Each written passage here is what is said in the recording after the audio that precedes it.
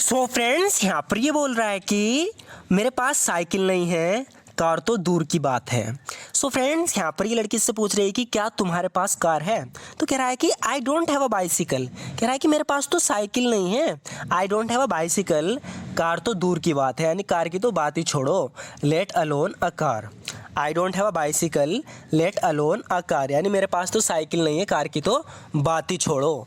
मेरे पास इतना पैसा नहीं है जितना तुम सोचती हो। कह रहा है कि I don't have as much money as you think. I don't have as much money as you think, यानी जितना तुम सोचती हो मेरे पास इतना पैसा नहीं है। I don't have as much money as you think. मैं अभी एक नई कार को ख़रीदने का ख़र्चा नहीं उठा सकता। तो जब भी हम किसी चीज़ को ख़रीदने का ख़र्चा नहीं उठा पाते, यानी हमारे पास इतना पैसा नहीं होता, तो उसके लिए हम कहते हैं कि आई कांट अफोर्ड दैट। तो यहाँ पर कार ख़रीदने की बात चल रही है, लेकिन इसके पास इतना पैसा नहीं है, तो यहाँ पर ये इसके लिए बोलेगा अफोर्ड, यानी मैं इसे अफोर्ड नहीं कर सकता। तो इसे इस तरीके से कहेंगे, I can't afford to buy a new car right now. इससे कार ख़रीदने को कह रही है, तो कह रहा है कि I can't afford to buy a new car right now, यानी मैं अभी एक नई कार ख़रीदने का खर्चा नहीं उठा सकता। I can't afford to buy a new car right now. मैं पुरानी कार नहीं खरीद सकता, नई की तो बात ही छोड़ो। तो देखो फिर से इसी तरीके का सेंटेंस है, तो फिर से हम लेट अलोन का यूज़ करेंगे। यहाँ पर ये कह रहा है कि I can't afford to buy a used car. Used car मतलब यूज़ हुई हुई कार जो कि पुरानी है। पुरानी कार के लिए हम यूज्ड कार भी बोलते हैं। तो बता रहा है कि I can't afford to buy a used car, यानी मैं तो पुरानी कार नहीं खरीद सकता। Let alone a new car, यानी नई कार तो छोड़ो। Let alone a new one, यानी नई वाली तो छोड़ो, मैं तो पुरानी नहीं खरीद सकता। I can't afford to buy a used car, let alone new car. मैं पुरानी कार नहीं खरीद सकता, नई की तो बात ही छोड़ो। अगर मेरे पास पैसा होता तो सबसे पहले मैं अपने कमरे का किराया देता। तो यहाँ पर ये किराए पे रहता है, इसके कमरे का किराया भी नहीं गया। तो इससे कह रहा है कि इफ़ आई हैड मनी। मैंने पहले बताया, जब भी हमारे पास कोई चीज़ होती नहीं, हम उसे कंडीशनल में बोलते हैं कि अगर मेरे पास वो चीज़ होती।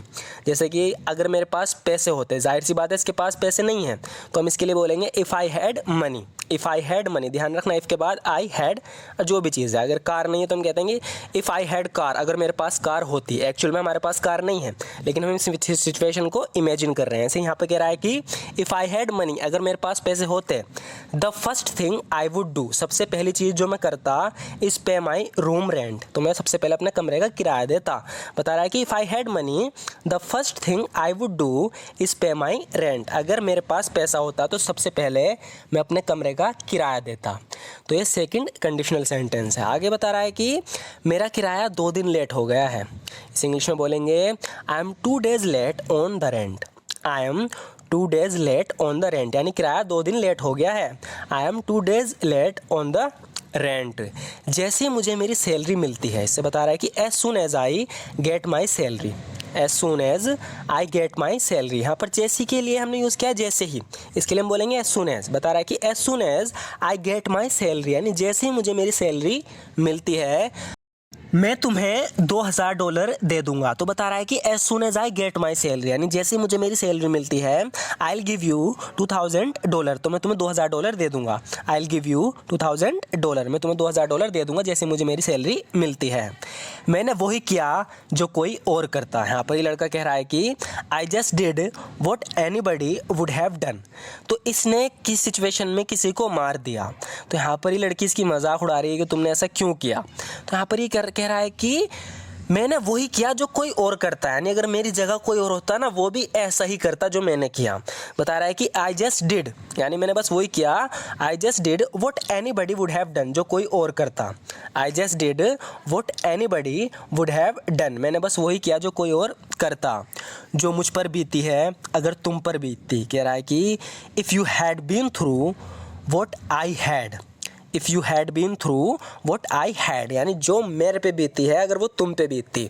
तो यहाँ पर बी थ्रू का मतलब भी, बीन थ्रू का मतलब भी ऐसे ही गोन थ्रू की तरह है ना। तो बता रहा है कि if you had been through, यहाँ पर बीन थ्रू मतलब कोई किसी बुरे वक्त से बीता है, किसी पे कोई बुरे हालात गुजरे हैं। तो बता रहा है ना, if you had been through what I had, जो मुझ पर बीता है अगर वो तुम पर बीतती तो तुम भी ऐसा ही करती। You would have done the same, you would have done the same, तुम भी ऐसा ही करती। You would have done the same. हालांकि वो अमीर है, वो काफ़ी साधारण कपड़े पहनती है। किसी लड़की के बारे में बता रहा है कि ऑल्दो का मतलब होता है हालांकि, ऑल्दो शी इज़ रिच, हालांकि वो रिच है, अमीर है। शी ड्रेसेज क्वाइट सिंपल, वो काफ़ी सिंपल कपड़े पहनती है, काफ़ी साधारण कपड़े पहनती है।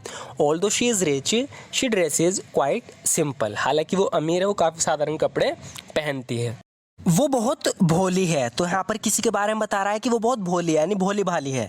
इसके लिए हम इंग्लिश में यूज़ करेंगे गलेबल का। तो जब भी कोई भोला भाला भोली भाली होती है तो इसके लिए हम यूज़ करते हैं गलेबल। तो बता रहा है कि शी इज़ सो गलेबल, यानी वो बहुत भोली है। She is so गलेबल। मैं अगली बार थोड़ी ज़्यादा कोशिश करूँगा।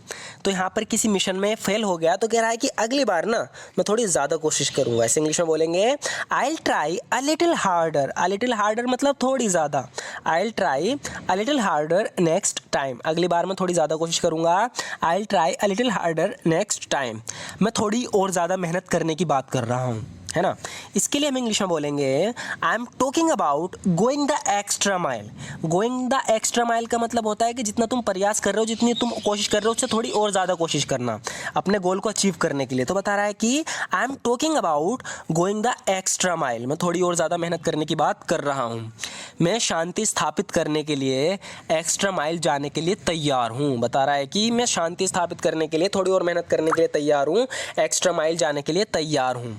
I am prepared to go the extra mile to establish peace. I am prepared to go the extra mile to establish peace, यानी इस पीस को इस्टेब्लिश करने के लिए, स्थापित करने के लिए मैं एक्स्ट्रा माइल जाने के लिए तैयार हूँ। मैंने अभी अभी एक सैंडविच खाया है, इसलिए मुझे भूख नहीं है। यहाँ पर ये बता रही है कि I just had a sandwich so I am not hungry. तो यहाँ पर ये कह रहा है कि तुम क्या खाना पसंद करोगी। तो बता रही है कि I just had a sandwich, यानी मैंने अभी अभी सैंडविच खाया है, सो आई एम नॉट हंग्री, तो मुझे भूख नहीं है। मैं सोने ही वाली थी जब तुमने मुझे फ़ोन किया। बता रही है कि I was about to go to bed. Go to bed का मतलब होता है कि बेड पर सोने जाना, मतलब सोना। बता रही है कि I was about to go to bed, यानी मैं सोने जाने वाली थी। When you called me up, जब तुमने मुझे कॉल की। When you called me up, जब तुमने मुझे कॉल की। I was about to go to bed, मैं बेड पे जाने वाली थी, सोने जाने वाली थी। हम आज रात डिनर के लिए बाहर जा रहे हैं। बता रहा है कि we are going out for dinner tonight. We are going out for dinner tonight, यानी हम आज रात डिनर के लिए बाहर जा रहे हैं। We are going out for dinner tonight. मुझे तुम्हारी सिर्फ यही बात अच्छी नहीं लगती, तो किसी की कोई बात इससे अच्छी नहीं लगती। तो यहाँ पर ये बता रही है कि this is the only thing. यहाँ पर मतलब है इसका कि सिर्फ यही बात, this is the only thing I don't like about you, तुम्हारे बारे में मुझे पसंद नहीं है। This is the only thing I don't like about you, यानी मुझे सिर्फ तुम्हारी यही बात अच्छी नहीं लगती। This is the only thing I don't like about you. तुम हमेशा इसी टॉपिक को उठाते हो, यानी इसी विषय को उठाते हो। तो जब भी बातचीत में कोई किसी टॉपिक को घुसा देता है, कोई विषय उठा देता है, इसके लिए हम ब्रिंग अप फ्रेजल वर्ब का यूज़ करते हैं। तो यहाँ पर ये कह रही है कि you always bring up this topic.